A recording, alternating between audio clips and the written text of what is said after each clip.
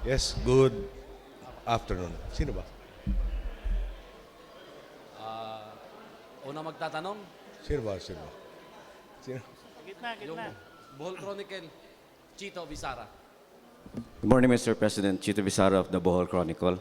Mr. President, in your SONA, you said that the agricultural sector wasn't exempted from the abusive practices of the past. No, no. And you are now Exempted? abusive practices of the past, and you are now correcting it through to the present They, administration. they were not exempted from abusive. Yes, Fertilizer scam was a part of the abusive practices. Yeah, it was not the agricultural sector was not exempted Okay. from the Okay. abusive practices of the past. Now, Mr. President, considering that your administration is going to spend billions of pesos for the upgrade and repair of irrigation facilities, Has been spending.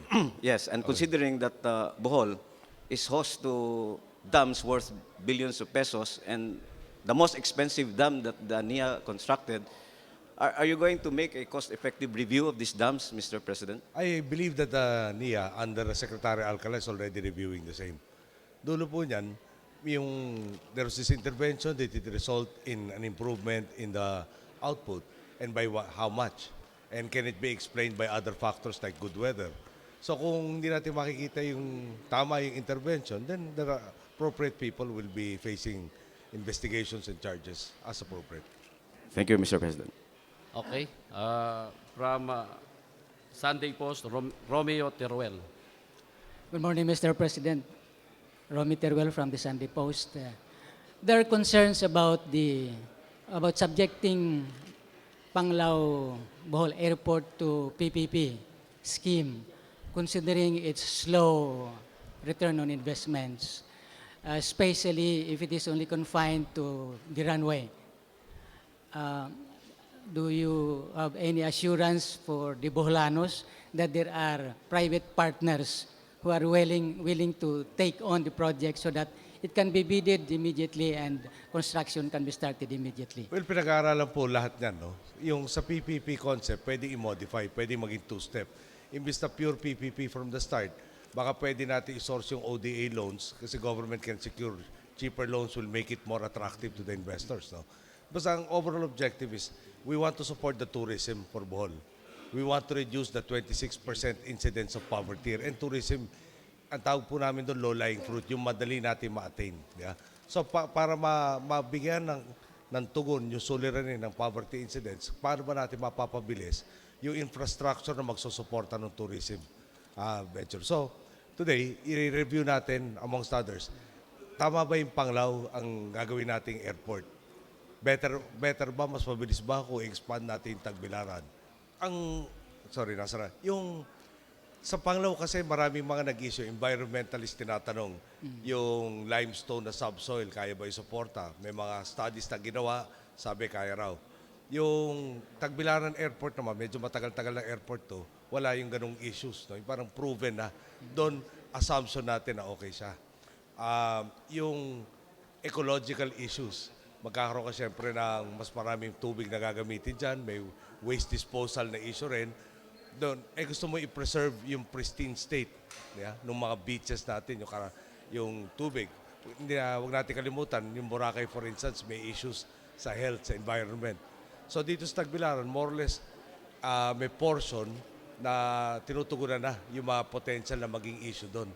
So, may matatapos yung JICA study mga October. Kasabay nun, yung study rin natin kung better expansion ng Tagbilaran or tuloy natin yung Panglao. Bottom line, babalik ako doon, paano ba natin mapapabilis na nandyan yung infrastructure para mapalago yung ekonomiya ng Bohol at ng mga karating lugar.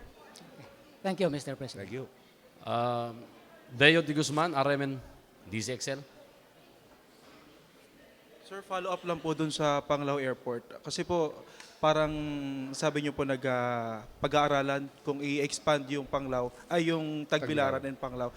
Meron po ba kayong nakitang, upon dun sa investigation o dun sa review ng contract, meron po ba kayong nakitang anomaly or overpricing dun sa contract ng Panglao Airport? Well, so far, wala pa rin pinopoint out sa akin. Ang issue lang dito, yung Tagbilaran is already a 1.8 kilometer runway. To service the aircraft that are thought, no, yung regional carriers, you'll need 2.5 kilometers.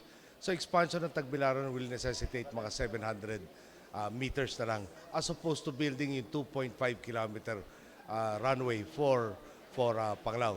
So automatic medyo para mas mabilis yung 700 kaysa yung 2.5. Oh. Anong gagawin natin doon sa areas? Siguro estimate mga 10 hectares to put up the facilities necessary like the terminal. No? Doon naman, siyempre from nothing. So, ang issue, habang kinoconstruct mo yan, hindi pa nagagamit. Kung hindi natin nagagamit, plus yung issues na magkakaroon ba ng sinkhole dyan, ano ba yung effect on trying to maintain the present environment that is the source of the attraction of Panglao. Magkaka-pressures pag nagkaroon ka ng airport, tsaka yung mga related facilities. Di ba? Yung, ulitin ko, yung waste disposal, kung solid waste, kung yung liquid waste, etc. That might impact negatively. So bago natin ituloy-tuloy na lahat to, gusto ko makita muna na yan ang best, yung what is the best solution to attaining the infrastructure necessary. Is it there? Is it here? So bago natin pasukan, the investment kasi from an initial 4 billion is now projected to be 8.4 billion.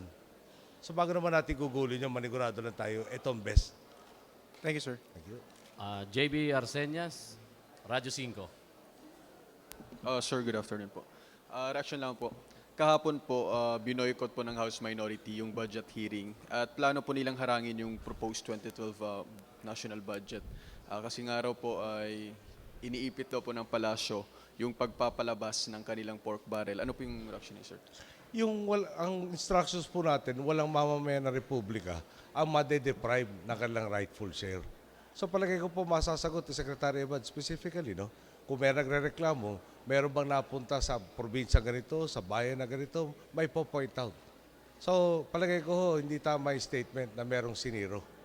Lahat to, pagkaintindi ko, naibigay yung kaukulang bahagi nila to sa ating national budget. So, sir, are you still confident na makakalusot pa rin yung budget sa Kamara kahit i-boycott man nila ito? Bakit naman tayo magdududang papa sa'yo, no? It will stand in its own merits. Thank you, sir. Okay, huling tanong mula sa Channel 5. Royce Siban. Good afternoon, Mr. President. Kumusta po yung review nyo sa Mayuga report? It's been a year, sir, since it was handed to you. When do you plan to disclose it and ano po yung plan of action siguro? Royce, yan ang maganda. That has not been on the top of the agenda recently, no? I'm sorry, I have to recall kasi exactly what I saw in the Mayuga report. I'll have to get back to you on that. Medyo matagal-tagal na nung dinanan. I haven't gone over I think it's 6 boxes worth.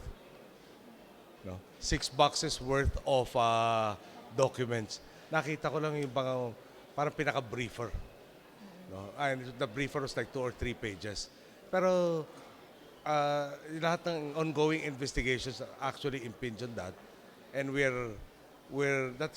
I'll have to check with the DOJ amongst others, yung status nga doon sa recommendation. I don't recall it right now. Sir, pero based dun sa 2 to 3 pages na nabasa nyo, meron bang substantial na naaalala kayo or what? I'm sorry, I really don't remember the details that I saw there. Parang it's not in the 3 pages that you will find the issues. It is in the 6 boxes worth of supporting documents. Ang offhand na nare-recall ko dito is to follow up yung part of the findings of the PMS is meron mga nagbigay ng leads. Yung leads, hindi ba yung line of questioning? Hindi na in-explore at hindi finalo through yung leads na to. My instructions, if I remember correctly, were to exploit those leads. So that was sometime last year.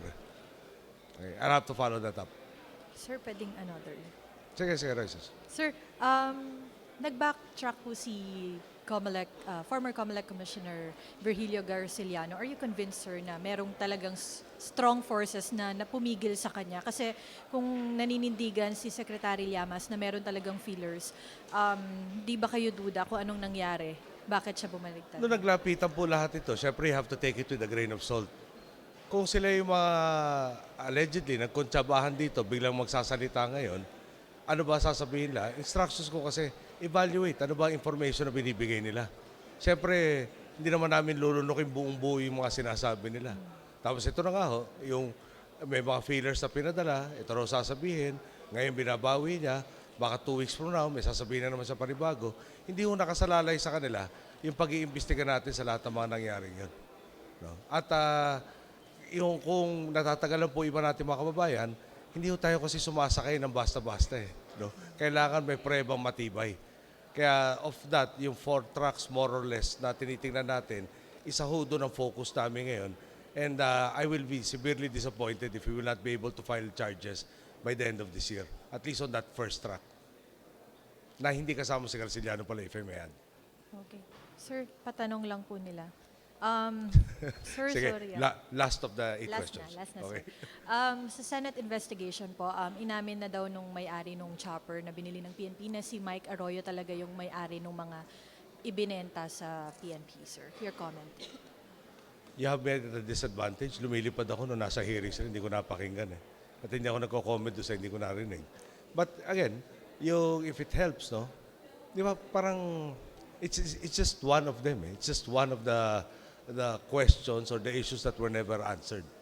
So, natural, we will go where the evidence points us to. Meaning, file the appropriate charges when there is sufficient evidence to warrant a conviction. It will not help anybody if we just keep on filing charges na, di ba, parang, naalala ko kasi nung araw, nung nasa opposition tayo, may nag-file na impeachment complaint, 3 pahina, para puro template pa yung nakalagay doon. Ang hirap-hirap panindigan yung 1 impeachment charge per year. Tapos ang parang kulang na kulang yung mga presentang reklamo. Okay. Thank you, Mr. President. Okay, thank you.